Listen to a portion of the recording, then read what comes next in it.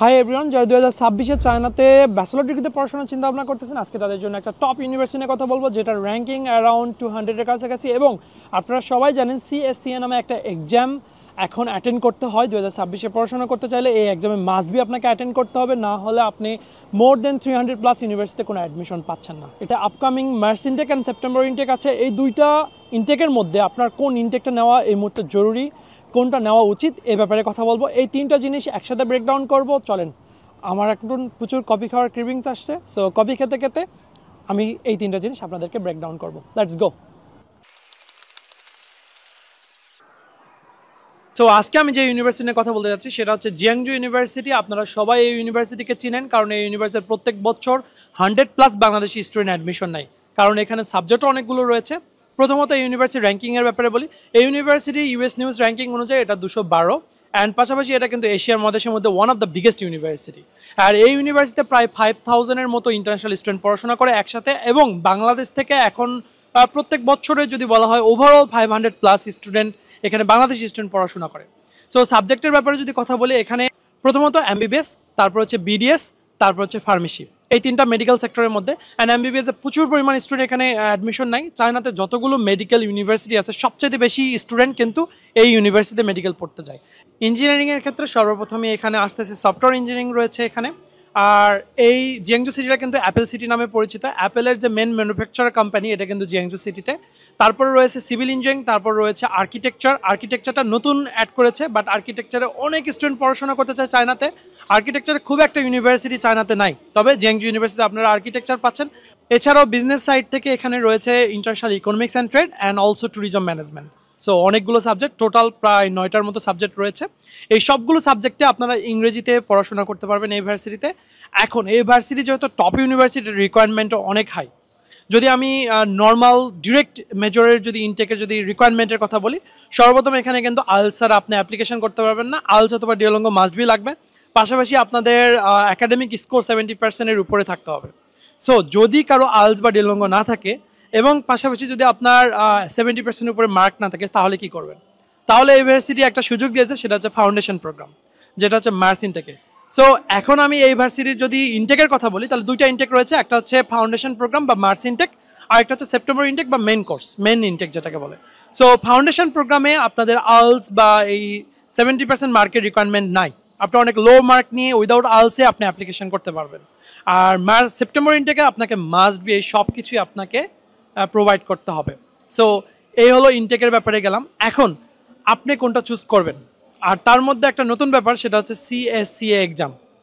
So সিএসসিএ এক্সামের ব্যাপারে যদি বলতে যাই, যেহেতু এই বছর থেকে এটা বাধ্যতামূলক, এই ইউনিভার্সিটিতেও বাধ্যতামূলক, আপনাকে অ্যাটেন্ড করতে হবে। আর এই এক্সামে কী ধরনের কোশ্চিন হবে, অ্যাকচুয়ালি সত্যি কথা বলতে গেলে কোশ্চিন প্যাটার্ন বা এগুলো সম্পর্কে কারো তেমন বিস্তারিত কোনো ধারণা নাই। শুধু সাবজেক্টের ব্যাপারে যদি বলতে চাই, আপনাকে দুটো সাবজেক্টে এক্সাম দিতে হবে।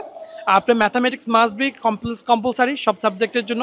পাশাপাশি আপনি ফিজিক্স অথবা কেমিস্ট্রি নিতে পারেন। যদি মেডিকেল সেক্টরে হন তাহলে কেমিস্ট্রি নেবেন, যদি ইঞ্জিনিয়ারিং সেক্টরে হন সেক্ষেত্রে ফিজিক্স নিতে হবে আপনাকে। এরকম কোশ্চিন হবে বা এগুলো ব্যাপারে যত ধারণা নাই, সেক্ষেত্রে জিয়াংজু ইউনিভার্সিটি এখন অফার করতেছে foundation program plus CSCA exam preparatory course together. So এই ইউনিভার্সিটিতে আপনি যদি এই আপকামিং মার্চ ইনটেকে অ্যাপ্লিকেশন করেন, তাহলে আপনি কিন্তু অনেক কম রিকোয়ারমেন্টে খুব ইজিলি অ্যাডমিশন নিতে পারতেছেন। আর এই অ্যাডমিশনটা নেওয়ার পরে আপনার যে 6 মাসের যে কোর্সটা থাকবে, এই কোর্সের মধ্যে আপনাকে পুরোপুরি প্রিপেয়ার করা হবে সিএসসিএ এক্সামের জন্য। পাশাপাশি আপনার ফাউন্ডেশন কোর্সে গেলে স্কলারশিপ পাওয়ার সুযোগ সুবিধা অনেক বেশি। এখন আসি স্কলারশিপের ব্যাপারে। চায়নাতে সবাই জানেন যে স্কলারশিপের জন্য চায়না খুবই বিখ্যাত, প্রচুর পরিমাণে স্কলারশিপ প্রোভাইড করে। অ্যান্ড এই ইউনিভার্সিটিতে কিন্তু আমি পড়াশোনা করেছি 4 বছরই, টিউশন ফিস ফুল ফ্রি, একদম আনকন্ডিশনাল স্কলারশিপে পড়াশোনা করে চলে আসছি। বাট এখন একটু কোয়াইট হার্ড হয়েছে। অ্যান্ড চায়নাতে ম্যাক্সিমাম ইউনিভার্সিটিগুলো এই আনকন্ডিশনাল বা এ ধরনের কোনো স্কলারশিপ এখন প্রোভাইড করছে না, ম্যাক্সিমামই খুব হার্ড কন্ডিশন। বাট জিয়াংজু এখানে ডিফারেন্ট।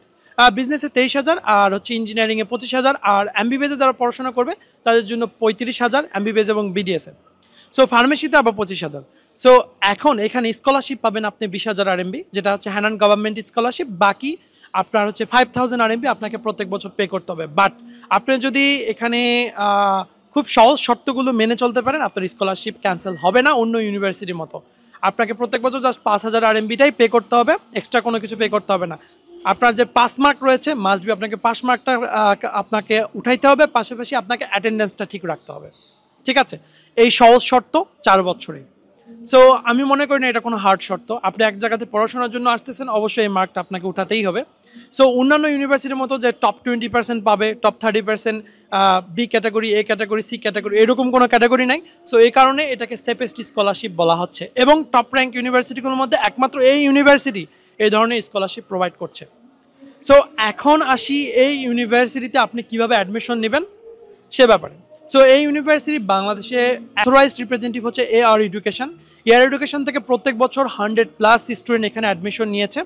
আর যেহেতু AR Education and Jiangsu University together, তারা একসাথে বাংলাদেশি স্টুডেন্টের জন্য কাজ করছে, সেক্ষেত্রে বেশ কিছু সুযোগ সুবিধা আছে। আপনাদের ফাউন্ডেশন প্রোগ্রামে যদি আপনি ফার্মেসি, বিডিএস বা এমবিবিএস পড়তে চান, সেক্ষেত্রে কোনো প্রিপারেটরি কোর্স আপনার নাই। ইঞ্জিনিয়ারিংয়ের জন্য প্রি ইঞ্জিনিয়ারিং আর প্রি বিজনেস কোর্স আছে, বাট প্রি মেডিকেলটা নাই। বাট আপনি যদি এয়ার এডুকেশন থেকে অ্যাপ্লিকেশন করেন, সেক্ষেত্রে আপনার এই প্রি মেডিকেল যে কোর্সটা রয়েছে, বা আপনার হচ্ছে মেডিকেল এবং ফার্মেসি স্টুডেন্টরাও ফাউন্ডেশন কোর্সে অ্যাটেন্ড করতে পারবেন। পাশাপাশি আপনার সিএসসি এক্সামে জন্য প্রস্তুতি যে কোর্সটা আছে, সেই কোর্সটাও আপনারা নিতে পারবেন। এবং এটার কস্ট 5000 RMB, যেটা ফাউন্ডেশন কোর্সের জন্য। অ্যান্ড হোস্টেল ফি এখানে আপনার যদি যেটা আপনার হচ্ছে 2টা ডরমিটরি রয়েছে, একটা ডরমিটরি পার ডে 15 RMB, আর একটা ডরমিটরি পার ডে 30 RMB করে। আপনার চয়েস অনুযায়ী আপনি নিতে পারেন, সেটা আপনি যতদিনই থাকেন, সেটা 1 বছরের জন্য হোক বা 6 মাসের জন্য হোক। এখন আসি, যদি আপনি এয়ার এডুকেশন থেকে অ্যাপ্লিকেশন করেন, সেক্ষেত্রে আপনার ডকুমেন্টস সাবমিট করা মাত্র অ্যাসেসমেন্ট করে 100% আপনাকে সাথে সাথে কনফার্ম করা হবে যে আপনি ইউনিভার্সিটিতে অ্যাডমিশন নিতে পারবেন কিনা, আপনার ডকুমেন্টস সাবমিট করার উইদিন 24 আওয়ার্সের মধ্যে, ওয়ার্কিং ডের মধ্যে।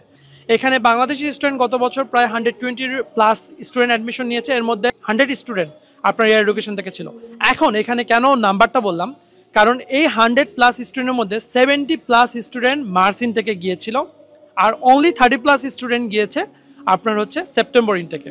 তো পার্সেন্টেজ কিন্তু মার্সিন থেকে গিয়ে কিন্তু অনেকগুলো সিট কিন্তু দখল করে নিচ্ছে। সো যদি আপনি মনে করেন সেপ্টেম্বর ইনটেকে যাবেন, সেক্ষেত্রে আপনার সিসি এক্সামের প্রস্তুতি নিজে নিজে নিতে হবে। পাশাপাশি আপনাকে এটাতে কমপ্লিট করার পরে, আপনাকে অ্যাপ্লিকেশন করার পরে আপনার রিকোয়ারমেন্ট অনুযায়ী মাস্ট বি ডিওলঙ্গ বা আইএলটিএস থাকতে হবে। অ্যান্ড এই সব কিছু নিয়েই কিন্তু আপনাকে ইউনিভার্সিটিতে যেতে হবে সেপ্টেম্বর ইনটেকে। আর মার্স ইনটেকের জন্য যদি আপনি এমবিবিএস বা ফার্মেসিতে পড়তে চান বা বিডিএসে পড়তে চান, সেক্ষেত্রে কোনো ধরনের প্রিপারেটরি কোর্স নাই, যেহেতু প্রি ইঞ্জিনিয়ারিং প্রি বিজনেস আছে। সেক্ষেত্রে আপনার এয়ার এডুকেশনে গিয়ে কথা বলে, আপনারা কাউন্সিলিং করে আপনার এখানে আপনি অ্যাডমিশন নিতে পারবেন, কোনো সমস্যা নাই। এই ইনফরমেশনগুলো আমি আরও আগে প্রোভাইড করতে চেয়েছিলাম, বাট ইউনিভার্সিটি অ্যাডমিশন টিমের সাথে আমার মিটিং ছিল গত উইকে। সো মিটিংটা কমপ্লিট না হওয়ার কারণে আমি ইনফরমেশনগুলো আপনাদেরকে দিতে পারি নাই। সো যেটা আমরা নতুন কোর্স অনুযায়ী যে ইনফরমেশনগুলো পেয়েছি, সেগুলো আপনাদের সামনে টোটালি আমি ব্রেকডাউন করার চেষ্টা করলাম। এখন এই ইউনিভার্সিটিতে আসলে পড়তে গেলে আপনি প্রচুর ইন্টারন্যাশনাল স্টুডেন্ট এখানে পাবেন। আপনি অবশ্যই অ্যাডমিশন নেওয়ার আগে তাদের সাথে কথা বলে দেখতে পারেন, আর ইনফরমেশনগুলো যাচাই করে নিতে পারেন, সেক্ষেত্রে আপনার জন্য বেটার হবে। যে কোনো ইউনিভার্সিটি যাওয়ার আগে আমি পরামর্শ দেই, সেই ইউনিভার্সিটির রানিং যারা স্টুডেন্ট রয়েছে তাদের সাথে কথা বলে আপনি ইনফরমেশনগুলো জেনে নিলে বেটার হবে। যদি এই ইউনিভার্সিটি আপনাদের কোনো কোশ্চিন থাকে, সেক্ষেত্রে আমার এবং অ্যাডমিশন হেডের একটা ভিডিও রয়েছে, ডিটেলসে ভিডিও রয়েছে ইউনিভার্সিটির পক্ষ থেকে আমাদের এআর এডুকেশন ইউটিউব চ্যানেলে, যেখানে অ্যাডমিশন অফিসার ডিটেলসে সব কিছু আলোচনা করেছে। সেই ভিডিওর লিঙ্কটা আমি ডিসক্রিপশন বক্সে দিয়ে দিব, আপনারা সেখান থেকে গিয়ে ডিটেলসটা দেখলে আশা করি আরও ডিটেলসে ইউনিভার্সিটির ব্যাপারে জানতে পারবেন। সো এর আগে আমি হারবিন ইনস্টিটিউট অফ টেকনোলজি নিয়ে কথা বলেছিলাম, আজকে জিয়াংজু ইউনিভার্সিটি নিয়ে কথা বলেছি। নেক্সট আরও একটা টপ ইউনিভার্সিটি নিয়ে আসবো। তার আগ পর্যন্ত বাই বাই, টাটা।